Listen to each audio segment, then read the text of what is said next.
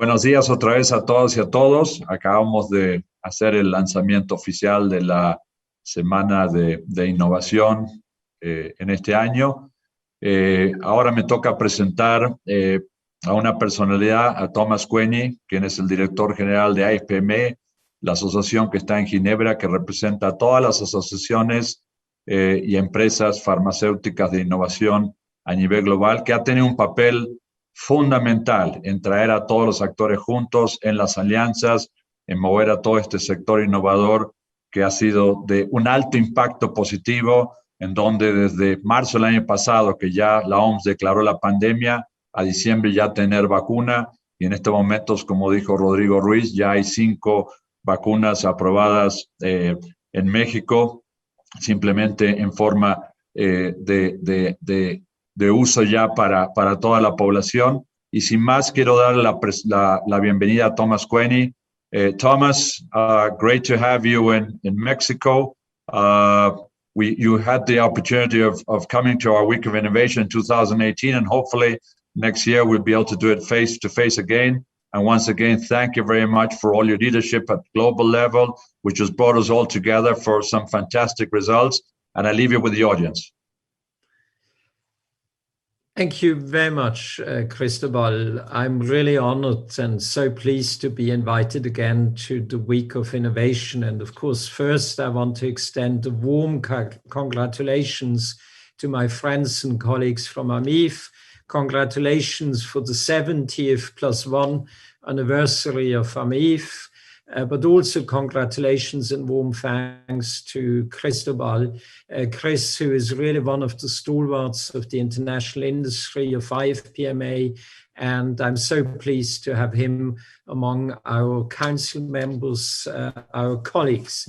What I want to do in the next 20 minutes or so is talk to you about a year into the pandemic, because if we look back, it was literally on March 11 that WHO declared COVID-19 a pandemic of global proportions.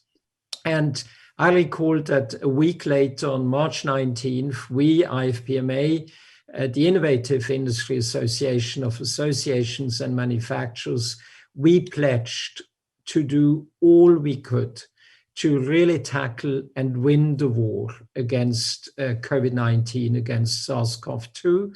And we committed to unprecedented partnership. We committed to activate all our engineers, scientists, and honestly, few would have believed a year ago that in less than 12 months, we would be able to have not one vaccine, but several vaccines, very safe, but not only safe, much more effective than even the optimists were dreaming a year ago. Therefore, we have moved much faster in some respects in the pandemic. At the same time, and I'm sure all of you share the pandemic fatigue, which I'm living through, being told just a couple of days ago by the government of Switzerland that no Easter will not be open and hanging around. It's pretty much continued lockdown until end of April. I think we all long to travel again, to visit again, and we are pleased to see the end of the light at the end of the tunnel, but we are keen to move forward more. When you look at the remarkable results, I think one honestly and humbly needs to admit that it's too early. It's still too early to declare victory. First, because it's unclear, even with the successes of the vaccines, how long any immunity will last. And we don't know yet. We have reason for optimism whether the vaccination protects not just from catching disease, but also protects against transmitting disease. But we will learn more about it, and I think there's reasons for optimism. But we also know by now that we not only need vaccines, we will continue to rely and need treatments. And there, over the last 12 months, with the fabulous successes we had in the vaccines development, we also have had our disappointments. And we learned again that innovation is not something you can take for granted. It is something where you have ups and downs, and you do have some successes in repurposing, and we have seen results of that. But we also know that the hope that we would find the magic bullet in repurposed treatments, unfortunately, weren't fulfilled. We have seen success, for example, with dexamethasone in terms of reducing mortality. We have seen success with remdesivir, and I was very pleased to learn that remdesivir was recently approved for use in Mexico. We have seen successes also in cocktails of monoclonal antibodies. The challenge is we have even seen successes with anti-inflammatory IL-6 treatments. The challenge with many of these treatments is the window of effective use is fairly short quite often. And for example, if you use the monoclonal antibodies too late, if you're already hospitalized, the effect is not that great. Therefore, you need to make sure that they are used when they're still working. It's the same on the anti-inflammatories, and it's also the same on remdesivir. But we do have hopes, and we do see that the new second generation of antiviral treatment, hopefully reaching patients this year, I think gives reason for hope. We also hope that there will be more coming out of the monoclonal antibodies. And just this morning, I had a conversation with a CEO of one company who said he was really optimistic to see how they also are quite effective on variants, which is one of the concerns. Now, we are seeing unprecedented collaboration. This industry, as Chris and I know, because we are both veterans in the industry, is one of the most fiercely competitive industry, where everybody wants to be among the top three, actually better the top. But nobody, I think, would have believed a year ago, and had many questions, that you would see partnerships between big pharma and biotech, like Pfizer and BioNTech, or among big pharma like GSK and Sanofi, or between academia like Oxford University and AstraZeneca.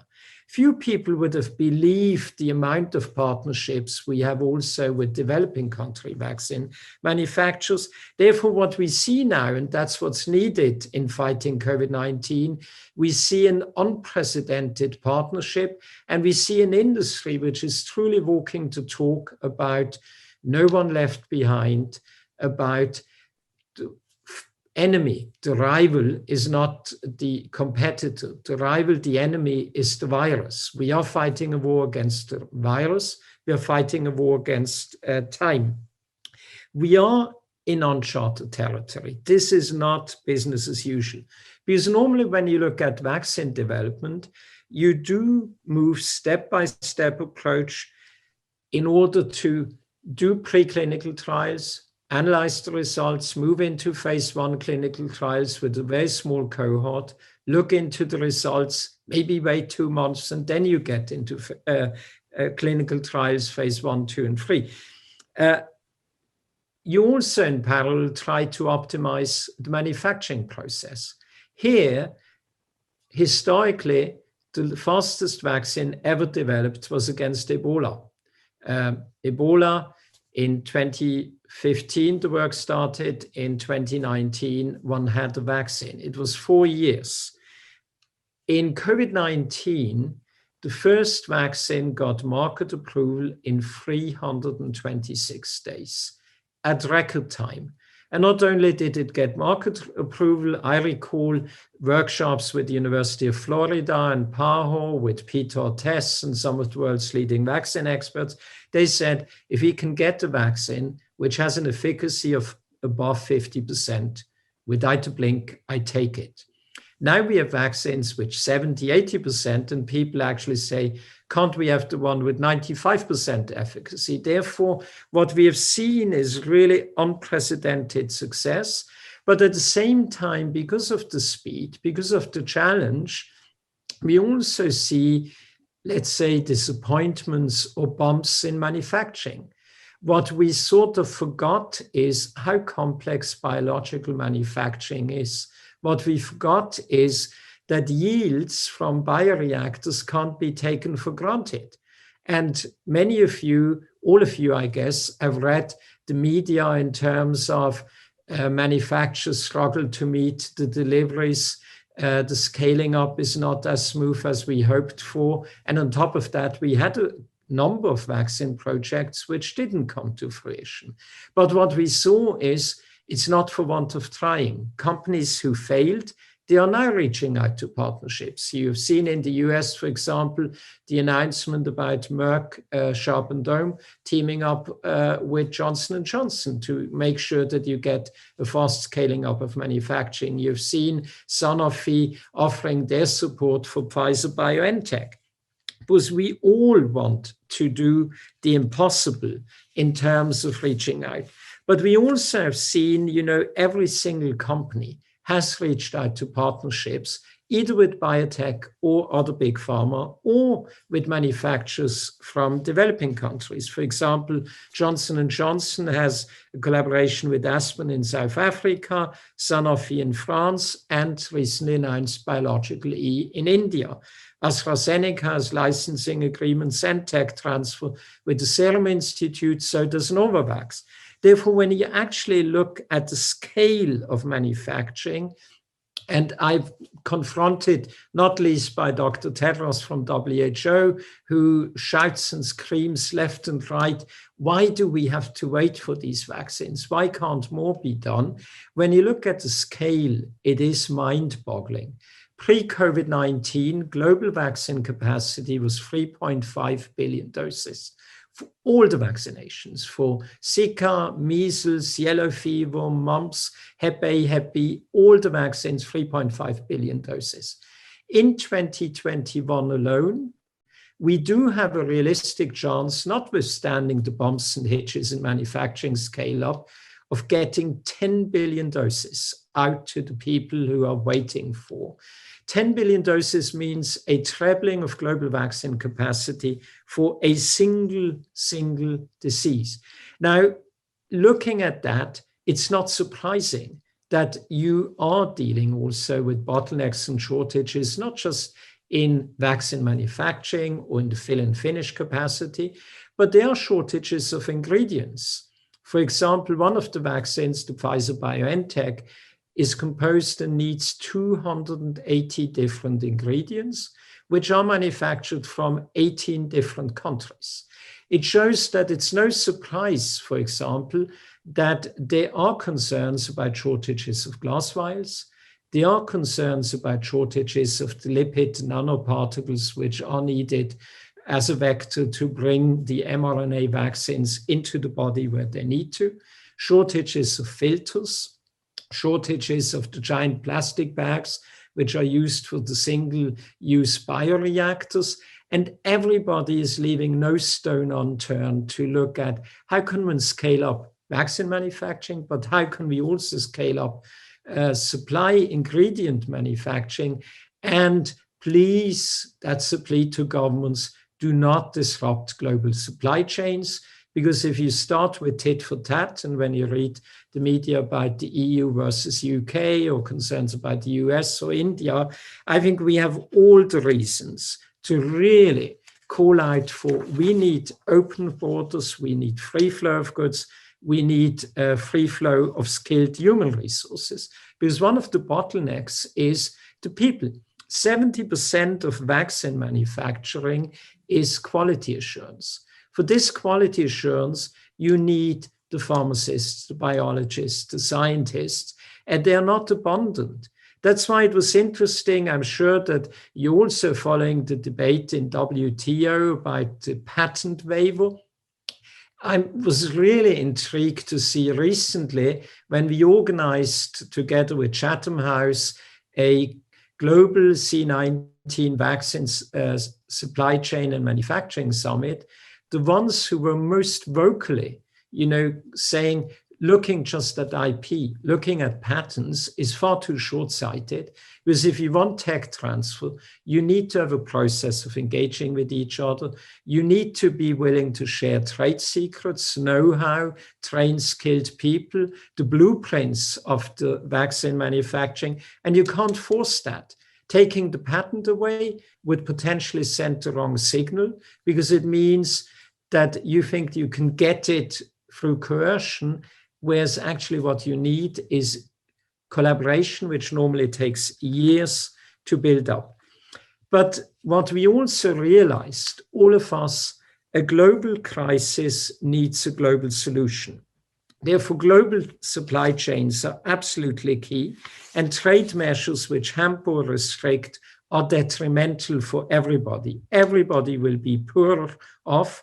And we also need to align the regulatory processes. I must say, I've been impressed over the last year how much regulatory agencies also work 24/7, how the International Conference of Regulatory Medicines Agency helped to speed up regulatory processes, to allow processes in parallel rather than sequence, already now talking about how can we make sure that if we need to adapt a vaccine to a variant, that this is done literally within 60 days and we don't lose 6 months, which we don't have. Now, it's probably pretty obvious by now, the COVID-19 pandemic presents very complex, multi-pronged challenges. Our industry has not been shy to try, succeed, and sometimes fail in finding solutions. Yet some say there might be the silver bullet, but there is no single, simple-minded solution, as I mentioned, because when you look at, for example, some people say all of this work has been funded by governments. When you look at the mRNA technology, which is really the best silver bullet we have now after more than a year, the origins of the messenger RNA technology go back to early 1990s. For more than 15 years, most of the pioneers in the area, they struggled and were challenged to get even small government grants for basic research. And mRNA, in terms of research and development, really took off when you had some big pharma companies joining with BioNTech and others. And what we have seen is that really tech transfer is happening on a large scale. What we have seen is really that this mRNA technology is coming to fruition. What we also need to be concerned is vaccines will only help us if they reach the patients and if the people are willing to take them. Therefore, one of the efforts which we did, it was the first time collectively, the industry launched a huge global digital vaccine confidence effort. I must say one of the proudest achievements of my team was, we, among others, we got a testimonial from Pope Francis. If you know that, let's say, the Vatican is, let's say, pretty conscientious in terms of how you can approach science and not, getting the nod of approval from Pope Francis that vaccinations are really the solution to help us getting out of the pandemic, I think is quite a remarkable achievement. And I'm really pleased how far we have come, but I'm also humble enough that it's also only been possible because of the collaboration with international organizations such as Gavi, CEPI, WHO, regulatory agencies like PMDA, FDA, EMA, and many governments joining forces with us. But I think at the end of the day, science will win, partnership will win, but we already need now to prepare how after the pandemic can we make sure that the next pandemic meets the world better prepared than it was this time. Thanks a lot. Muchas gracias. Thank you very much, Thomas. Thank you very much for your support.